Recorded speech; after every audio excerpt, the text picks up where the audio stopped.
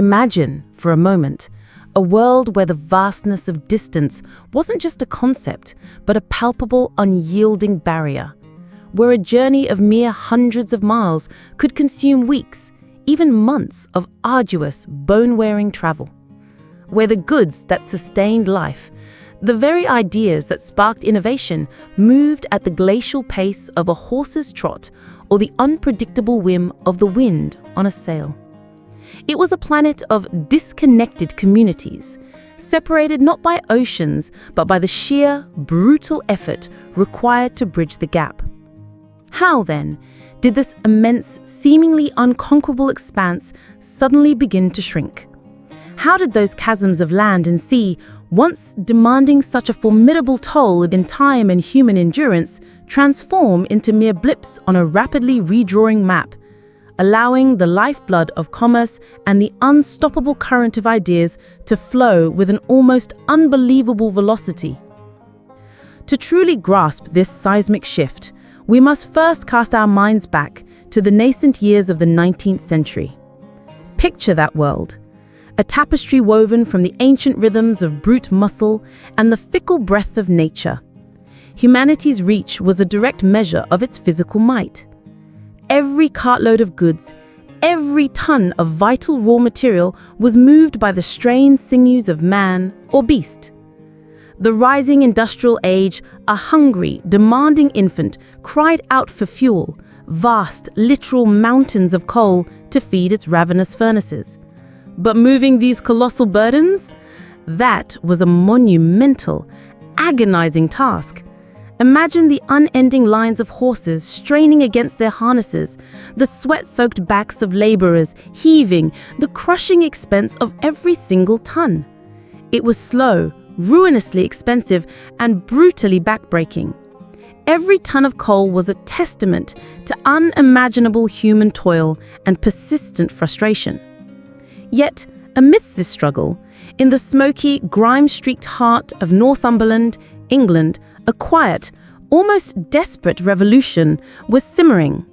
There, a man named George Stephenson, a practical genius whose hands knew the grit of the earth and whose mind was forged in the crucible of the very mines that needed saving, was not merely tinkering with components.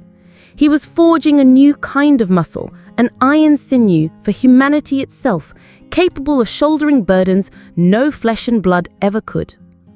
Then, in the summer of 1814, from the depths of the Killingworth colliery, a place where the very air tasted of industry and effort, Stephenson unveiled his creation, a hulking, magnificent machine he christened the Blücher.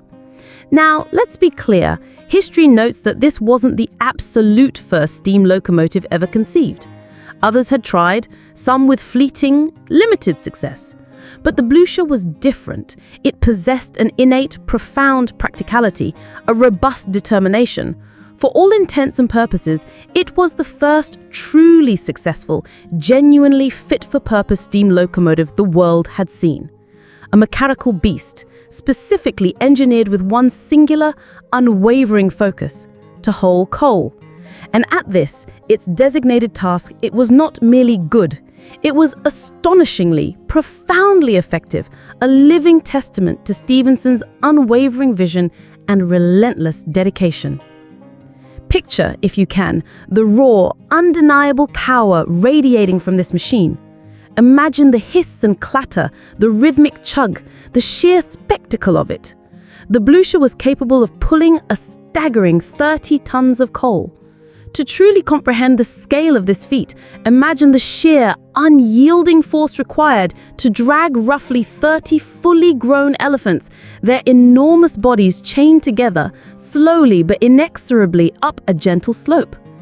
This iron behemoth accomplished precisely that, maintaining a respectable speed of 4 miles per hour or 6.4 kilometers per hour, even against a challenging gradient of 1 in 450. To put that in stark perspective, consider the utter futility of attempting to push even one of those magnificent elephants by hand. This machine was not just a fleeting marvel. It was a profound, undeniable game changer.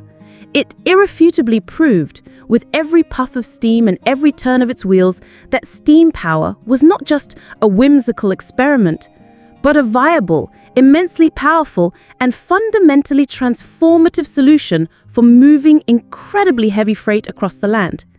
It was a promise made solid, a dream given wheels. Its success at Killingworth Colliery was more than just a local triumph, more than a footnote in a dusty mining ledger. The news, carried by word of mouth, by hurried letters, by the sheer, undeniable force of its presence, became a thunderous roar, a clarion call that echoed across the industrializing world. It was a beacon of undeniable proof. It demonstrated unequivocally and without a shadow of a doubt the sheer feasibility, the absolute necessity of steam-powered rail for the heaviest of loads. This single event, the public and undeniable success of the Blücher, didn't just lay a few experimental tracks. It laid the very foundation, the bedrock, for a global revolution that would soon engulf the entire planet, transforming not just how goods were moved, but how societies functioned, how economies thrived, and how people lived their daily lives. What unfolded next was nothing short of miraculous in its speed and breathtaking scope. The resounding success of the Blücher became the undeniable catalyst, paving the way for the widespread, almost feverish construction of railway networks that began to crisscross nations like veins and arteries.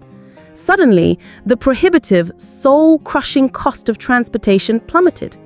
Imagine what that meant for a farmer, able to get his produce to market before it's spoiled. For a factory owner, receiving raw materials with unprecedented ease and speed, transforming his output. Raw materials, once tethered to the agonizingly slow pace of horse and cart, could now be swiftly transported from distant mines and fertile farms to hungry factories.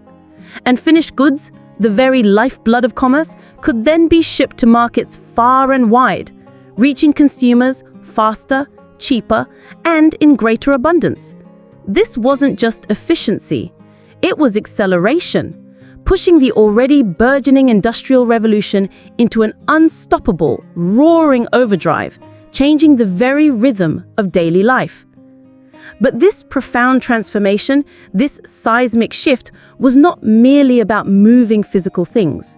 No, its true genius lay in something far deeper. It was about connecting the very fabric of the world itself. It fundamentally altered the economic geography of nations, reshaped global trade patterns on an unimaginable scale, and for the first time in human history, made our most ambitious dreams of a truly interconnected planet seem tantalizingly, wonderfully within reach for the century that lay ahead and beyond.